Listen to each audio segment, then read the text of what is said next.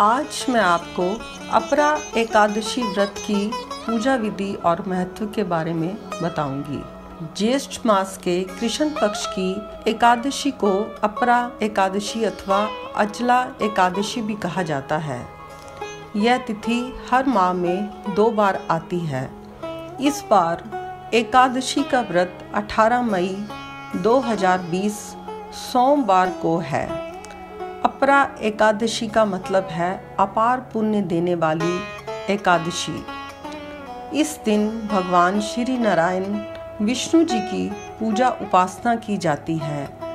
ऐसा कहा जाता है कि इस व्रत को करने से न केवल स्वर्ग की प्राप्ति होती है बल्कि मोक्ष भी मिलता है।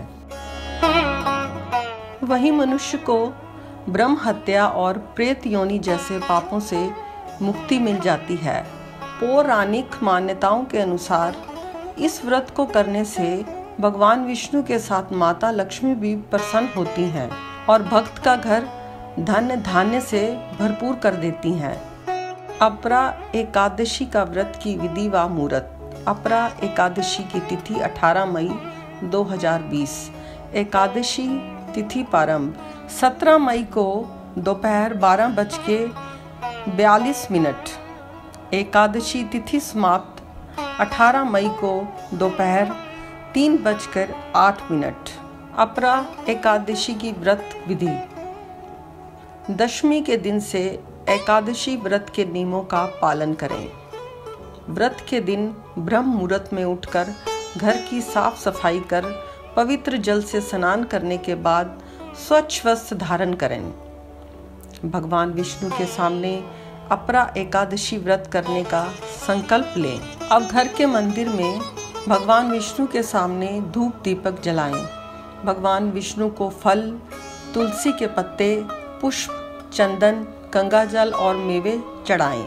विधि पूर्वक भगवान श्री हरि विष्णु की पूजा करें। धूप दिखाकर आरती उतारें और दिन भर उपवास करें। तांबे के लोटे से सूर्य को जल अर्पित करें।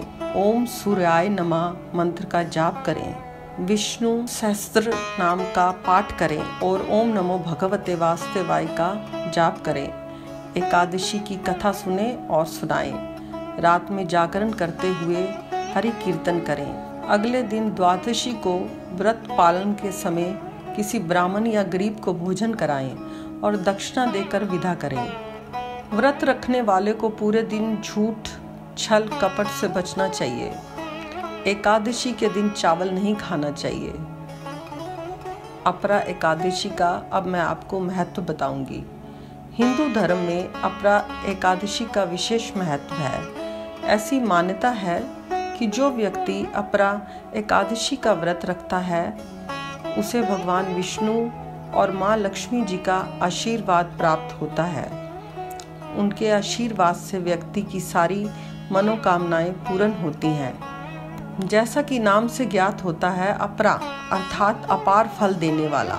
कहते हैं कि इस एकादशी का व्रत करने से व्यक्ति के समस्त पाप नष्ट हो जाते हैं और वह भव सागर से तर जाता है।